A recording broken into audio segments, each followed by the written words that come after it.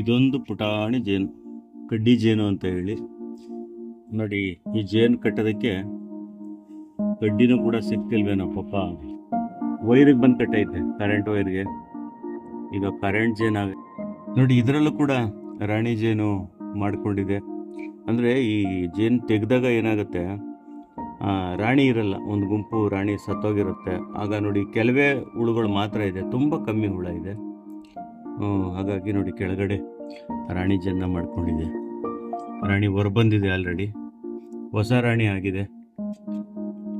ಗಂಡು ನೊಣ ಇದೆ, ಗಂಡು ನೊಣ ನೀವು ನೋಡ್ತಾ ಇದ್ದೀರಲ್ಲ, ನೋಡಿ ಇದೆ ಗಂಡು ನೊಣ. ಇದು ಕಡ್ಡಿ ಜೇನಲ್ಲೂ ಕೂಡ ಗಂಡು ನೊಣವನ್ನು ನಾವು ನೋಡ್ತಾ ಇದ್ದೀವಿ.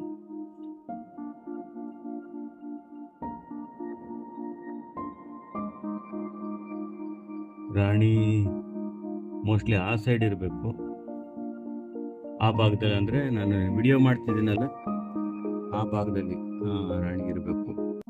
ಇದು ಗಂಡು ನೊಣ ಇಲ್ಲಿ ನಿಮಗೆ ಕಾಣ್ತಾ ಇರೋದು. ಬಟ್ ಇದನ್ನು ತೆರವು ಮಾಡಬೇಕು ಅಂತ ಹೇಳಿ ಈ ಮನೆ ಮಾಲೀಕರು ಇದು ಮಾಡಿದ್ದಾರೆ. ಯಾಕೆ ಅಂತಂದರೆ ಈ ಪಕ್ಕದಲ್ಲಿ ಒಂದು ಮೀಟ್ರ್ ಬೋರ್ಡ್ ಇದೆ, ವಿದ್ಯುತ್ ಮೀಟ್ರ್ ಬೋರ್ಡು. ಈ ಮೀಟ್ರ್ ಬೋರ್ಡಲ್ಲಿ ಕಲೆಕ್ಷನ್ ಬರೆಯೋಕ್ಕೆ ಬಂದಾಗ, ಬಿಲ್ ಬರೆಯೋಕ್ಕೆ ಬಂದಾಗ ಏನು ಲೈನ್ಮೆನ್ಗಳಿಗೆ ಅಥವಾ ಮೀಟರ್ ರೀಡರ್ಸ್ಗೆ ಜೇನು ಕಚ್ಚುತ್ತೆ ಅನ್ನೋ ಒಂದು ಉದ್ದೇಶಕ್ಕೋಸ್ಕರ ಕಚ್ಚಿದೆ ಒಂದ್ಸಲಿ. ಹಾಗಾಗಿ ಕಚ್ಚೋದಲ್ಲ,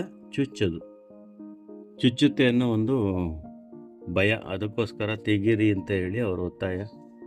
ಹಾಗಾಗಿ ಈ ದಿನ ತೆಗಿತಾ ಇದ್ದೀನಿ.